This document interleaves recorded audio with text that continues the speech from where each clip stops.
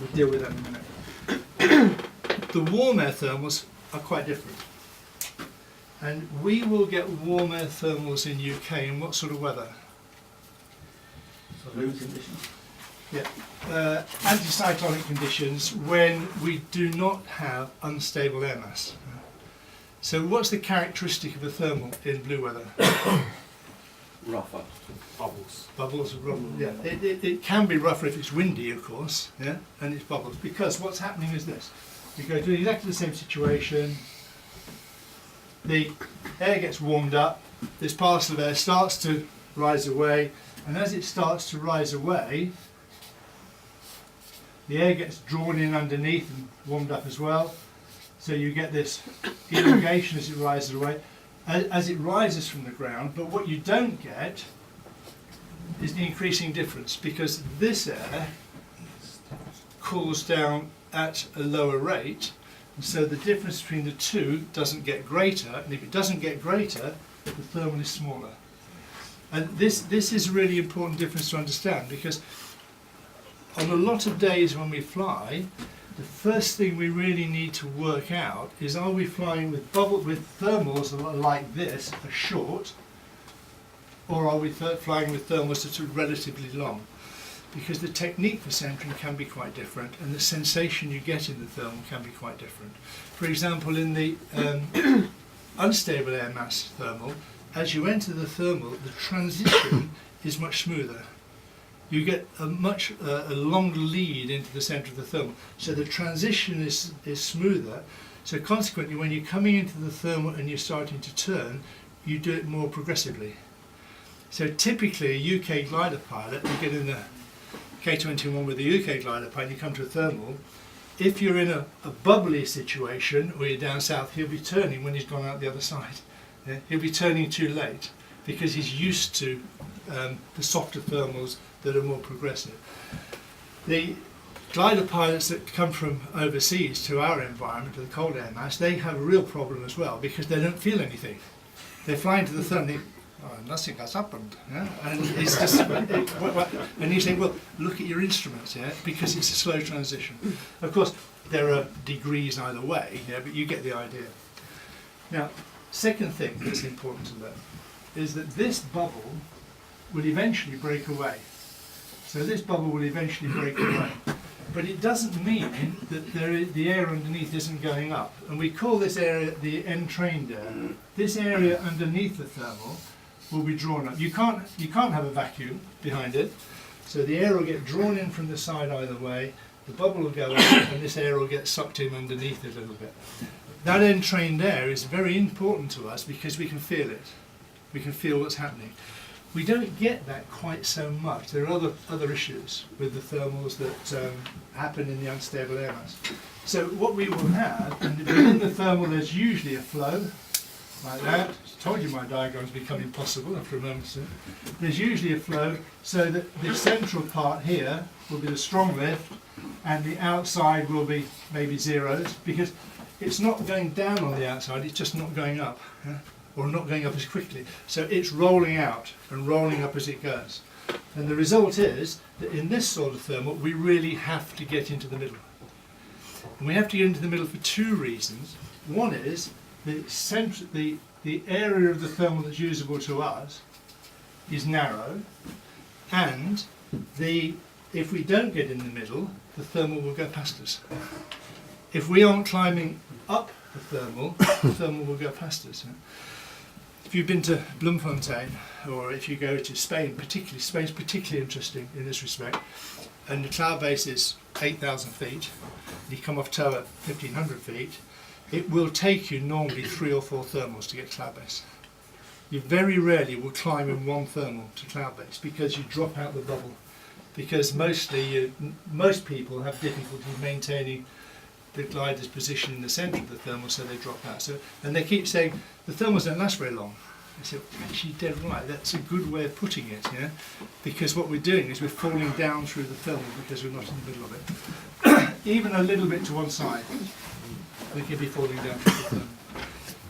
Now we come back to technique. If we go back to our UK cold air mass thermal, What we have here is a much broader thermal and a much gentler entry into the thermal. It's much more difficult to feel your way into that thermal because you don't get that strong push, you don't get the lifting of the wing so much.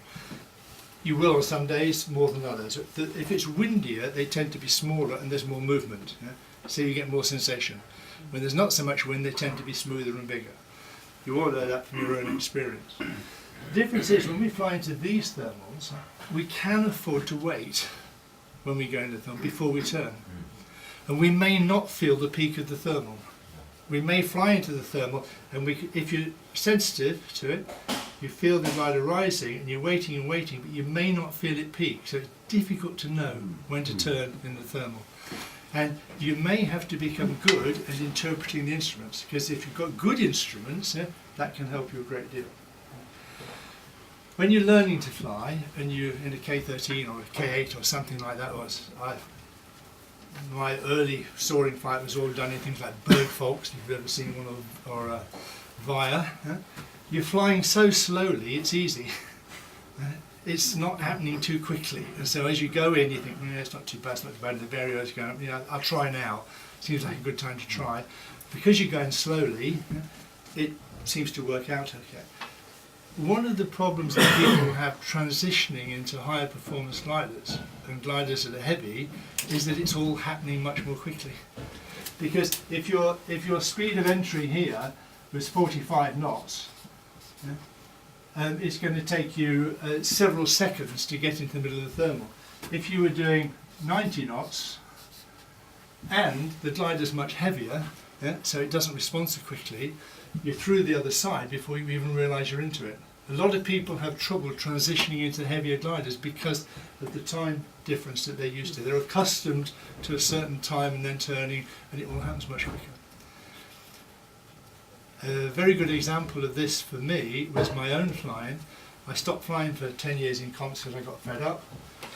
I was flying a lot in open class gliders, duodiscus, Arcus, that sort of glider, heavy gliders, flying a lot in good conditions. And then I got my hands on a Libelle and started flying Libelle again. Wow, what a wonderful, wonderful glider Libelle is. And suddenly I found that actually this is fantastic again, because it's all happening at the speed that my brain works now. And one of the problems is my brain simply wasn't keeping up with what was going on in the heavy gliders, and that's partly a motivational thing, which we might talk about later. So that sort of thermal requires a different approach to it as you come into the thermal. One thing I have to say is you cannot thermal really well as a beginner, as an inexperienced pilot, without good instrumentation, because it's just too bloody difficult. You have to have good total energy and a vario that works properly. And without it, it's really difficult. And you think you can't do it. In actual fact, you're working with information that's rubbish, that's impossible to interpret, and sometimes bears no relation to what you're finding in the thermal, to what you're seeing and what you're feeling.